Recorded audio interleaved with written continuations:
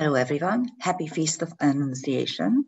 It is on March the 25th and it is a very, very important festival for Roman Catholics in general because it commemorates the conception of Jesus, because it is exactly 9 months ahead of Christmas, the day of Christmas. And figuratively speaking, this is what they believed was the day when Jesus Christ was conceived.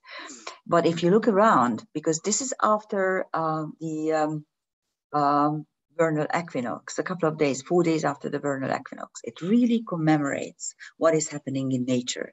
If you look around, you can see the flowers, the birds, how nature is trying to renew itself.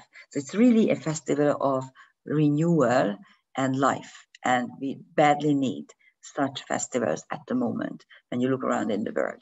So let's take a look what's happening on this day.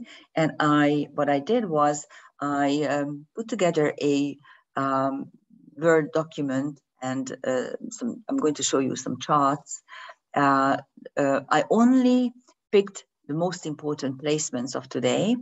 And as you can see, by the way, this is also called Lady Day or Our Lady Day, the 25th of March. And in Hungary, this is traditionally the best day for seeding and grafting, especially grafting. And what you have today is a dissolved opposition with the nodal axis. We are going to look at these configurations separately. You also have a yet open fixed karmic cage. It's not yet closed. We are going to look at what dates it is going to be closing. And there's also a mini trapeze. So we are going to look at that as well. Here is the karmic cage. Now, in karmic astrology, karmic cages, we speak about karmic cages whenever the nodal axis has an exact square to both sides.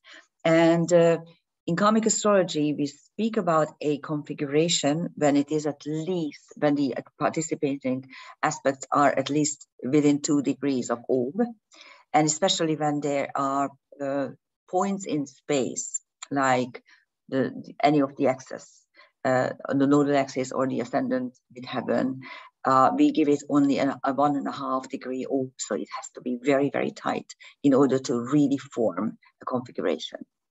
And whenever you see a karmic cage in the natal chart, it usually denotes a willingness and actually an urge to understand what you're bringing in from past lives, South Node, and what you have decided is going to be your destiny, North Node. And otherwise, this is usually a slow process, because when I come into this incarnation, I bring in a packet, like a set of either experiences or challenges that I'm willing to deal with, because I know how they work. That's the South Node. It's actually it's our survival kit. It gives us the ability to act in during challenges when our things are being questioned or we are personally being threatened. That's the South Node. And this is not what we are meant to do. We are meant to develop towards our North Node, but it won't happen until probably later in life, probably after the midlife crisis or around the Uranus opposition, something like that. So between 40 and 45, we usually realize that what we are doing is not really satisfying. And so we are moving towards the North Node, slowly but surely. But sometimes it doesn't occur until the second Saturn return. Sometimes it only occurs later in life. Depends on how stubborn you are in your own ways. But if you have a karmic cage in your natal chart, the good news is that you are constantly being pushed towards the North Node, because you're realizing that whatever you do with the South Node is not really satisfying. It's not a nice push, it's a square. I mean, there are 2 squares at the apex of which the planet will decide how you actually behave under such circumstances. Now, if you look at this particular karmic cage, which is not yet completely closed, Saturn is almost there, but actually the exactness will only be on April 11th, because Saturn is the slowest among these planets. And Venus, of course, is the fastest. And Mars at the moment is quite fast. Its daily travel is 45 minutes of an hour, which is about 1.5 times faster than average. And at the moment, Saturn is blocking these 3 celestial objects. So it's blocking the Venus-Juno conjunction, which would be brilliant, because it's really love and committedness together, because Juno is the first lady and Venus is the lover. And Saturn is blocking them. So if you look around in the world, it's very, very hard for us to hope for any sort of financial security or harmony as such, because we are being disrupted, not just by the war, but also by inflation, by the crazy gas prices and fuel prices. It's ridiculous. But this is a constructed chaos. I want you to understand that the powers that be won't let us off the hook. First, there was the financial crisis in 2008, 2010. It's still going on kind of. Then came in Europe came the 2015 refugee crisis, which was again controlled and coordinated and orchestrated. And then came the COVID. And now comes the Ukrainian war. And of course, COVID will come back. So you will see another COVID situation, let's put it this way. Pandemic, there will be a sequel of pandemic, sure. You can be sure. Okay, so anyhow, so this is now a blocking conjunction. And soon Venus is going to close or finish or really complete the karmic cage on the 30th of March. Then comes Juno on April the 1st, so 2 days later. And then on the 5th of March, Mars is closing it. And Saturn is only going to do it on April 11th, when it will be exactly squaring the nodal axis. So this is a movement, and you can see how it approaches in time and what the repercussions are going to be. And here's our dissolved opposition I was speaking about in the beginning. And here I already put the Lilith, the asteroid Lilith as well. In this one I didn't, because by the time this is closing, Lilith will probably, by Saturn is closing it, Lilith won't be there. It will be there for a couple of days, of course, but it's so this is an applying conjunction. Actually, it is doubly applying, because the nodal axis moves backward and Lilith goes forward. So it soon will be exactly conjunct, and 2 celestial objects are dissolving this opposition: Neptune with a trine and Aries, drastically altered outward circumstances. And this forms an angel wing, the tiniest of the configurations there is. And here's our mini trapeze. And the base is a square. The Saturn-Venus conjunction squares the North Node Lilith conjunction. Because of Lilith, this is why it is closing. And it's not exact, because of course the T-square is also, the karmic cage is also not exact, but because of there are double conjunctions, it's there, the energy is forming. And the fixed square as a base shows our complete consternation and inability to act. That I know that I should do something against injustice, Lilith, asteroid Lilith, and against and also for my own destiny, North Node in Taurus, which would be in the last in the last 2 months. This has been there, because the nodal axis moved into Taurus and Scorpio in January 18. So this has been building. It's going to be there for a little bit more than 1 year and 3 months. And it is our destiny now to secure our harmony and financial security. but it is constantly disrupted at the moment by Saturn, the powers that be, and by Venus, which is ruling the North Node Lilith conjunction. But of course, she's blocked by Saturn. But the trapeze is also a stage on which anyone can step on in order to speak the truth or speak about something that is important to him or her. And this stage is the tiniest of the trapezes. So it gives you a very, very small platform. The sides are semi-sextiles. The top is also semi-sextile. So it's a tiny, tiny platform. But the inside are two sextiles, which are helping the whole process. The top is Neptune and Aries. Aries describes drastically altered outward circumstances. It has been in Aries for the last 80 years. So all the big world wars during this time were not exactly linked to Aries, but she definitely played a role in it. But now Neptune in Pisces may bring two things: total fogging, total misleading. And this is exactly what you can see in the mainstream media, because they have this coordinated act against the Russians, which is so incredibly shameful. How can you condemn a whole nation? How can you condemn Tchaikovsky and Dostoevsky? Think about it.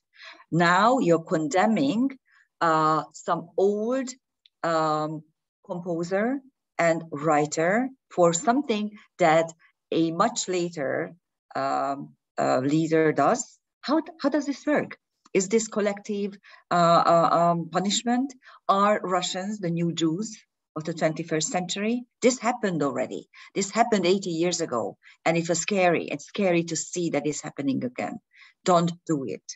If you want peace and if you want order, please don't condemn the whole nation. It's not fair. Anyhow, that is exactly what's happening. The stage is set with Neptune fogging and Aries drastically altered outward circumstances. But the good news is this is a stage, so something good may come out of it too. And when Neptune works as the pure light of the universe, the unconditional love and transcendence, and Aries toppers the powers that be that are now controlling our life, then this may be some good news as well. That we will see. It's up on us as well. It's up to us what we are going to act. And here are the transcendental celestial objects accompanying this whole thing. Very interestingly, the South Node is still conjunct Merkumene, and tragedy. This is tragedy, and Agena, which is Beta Centaur, which is one of the healing birds for karmic wounds. Venus is conjunct Cleopatra, a queen energy, a queen archetype, and Sualotzin, the alpha star of the dolphin, which is one of the healing birds for Atlantean karmic wounds. Saturn is conjunct Tartaria, and so the Tatars invaded the whole Europe. So it's quite interesting that this crops up at this particular moment. Neptune is conjunct 4 celestial objects: Hell, it's Hell. Okay, the goddess of the underworld for northern mythology, Nefertiti, another queen. Tisiphone, the goddess of punishment, and Markab, Beta Perseus, which denotes a world where you have brilliant ideas, where you can ideas that are jumping out of your head, and solutions that are brilliant solutions that are coming out of your own head. Jupiter is conjunct 2 centaurs, Okiro and Teharo Hiabako. Okiro is Chiron and Chariklo's daughter. She inherits both parents' fantastic abilities and clairvoyance, and she's a little clairvoyant, an oracle, but she blurts out stuff that she's not supposed to, and so the fates are constantly punishing her, and so finally she gets so fed up with everything that she turns herself into a horse and forgets to talk. And this is negative transformation when you have knowledge, but you daren't speak, you daren't act upon this knowledge. You have abilities, you have special traits, you have ingeniousness, but the world punishes you for this. This is what's happening. This is exactly, free speech is gone, okay? Free discourse, exchange of ideas is gone. And Tehran Hiawako, another interesting archetype, also a post-cataclysm archetype, when Tehran Hiawako, a white man, goes to the shores of some South American village and teaches the villagers, the Indians, how to do agriculture. And it's the new rule, it is the new abilities, capacities to work in an environment which is post-traumatic. That's basically what it means. And then Mercury has 4 celestial objects: wisdom, Lancelot, so a knight in shining armor. We definitely need someone like this. And those world leaders today are not Lancelots. Ishtar, who is the love and war goddess of Mesopotamia, and Borasisi, which is a usurper, a negative ruler. It is linked to creative shining, but in a negative way, when you misuse and abuse the power. That's on Mercury. But Mercury is a fast-moving thing, so it's going to move out very, very quickly of the fourfold conjunction. And then on the asteroid Lilith, you have Amor, goddess or god of the little thing that is shooting arrows, Horus, the first pharaoh, and Hector, who was the general of the Trojan War, but he was killed by Achilles. Interesting connotations here as well. And then we come to today's festival, the 25th of March, the Lady Day, and here you have Anahita, which is the creator goddess, which actually is the creator goddess. And a couple of peoples are still worshipping her. For instance, in Iran or in Armenia, she's the chief goddess. Thetis, who is the sea goddess, the ancient sea goddess, who became only a how do you call that? Titaness, I think that's the name. Anyhow, when you read Titan or Titaness or something like that, it's always the gods and goddesses that preceded the present rulers. So, but she's still another creator goddess. And of course, it's on the black moon, which is the archetype of stamina, endurance, power, the ability to do right things, clairvoyance. That's the Lilith that goes back to the Garden of Eden to rectify things. And of course, Lilith also has chaos. And when you look around, yes, there's chaos around, but out of chaos can come something beautifully new as well. And this is what we are hoping for. At least that's what I am hoping for, definitely. And let's hope for some new order, real order for the people, for the average layman. Because what is happening now is a struggle of the old power structures that are trying to keep their own power still intact, and what they are doing is shooting themselves in the foot. That is what you're seeing, and hopefully something new and something nice is going to come to be born out of this chaotic energy that we are experiencing now. Stay safe. Don't believe mainstream media. Try to make an intelligent guess what is happening in the world. Please learn history and try to understand what's going on through history, through historical events. I wish you good luck to this, and thank you for listening to me. Bye-bye.